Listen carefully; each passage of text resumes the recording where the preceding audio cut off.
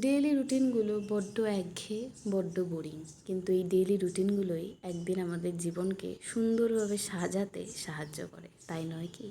নিজেকে যত্ন নেওয়া, নিজের পেটটাকে ভালো খাবারে পূর্ণ করা, আর নিজের মনকে ভালো রাখার জন্য একটু সাজুগুজু করা, এগুলোই তো মানুষের জীবনের ছোট্ট ছোট্ট কাজ, যেগুলো জীবনের শেষে গিয়ে মনে হয় যে না, জীবনটা তো আমি অন্তত উপভোগ করেছি, জীবনে অন্তত কিছু না কিছু করেছি যেটাতে আমি নিজেকে ভালো রাখতে পেরেছি। কার জন্য কতটা করলাম না করলাম সেটার হিসাব যদি আমরা এখন দিতে বসি না, তাতে দেখা যাবে যার জন্য আমরা করেছি সে হয়তো কোনো দিনই তাতে তৃপ্তি লাভ করেনি।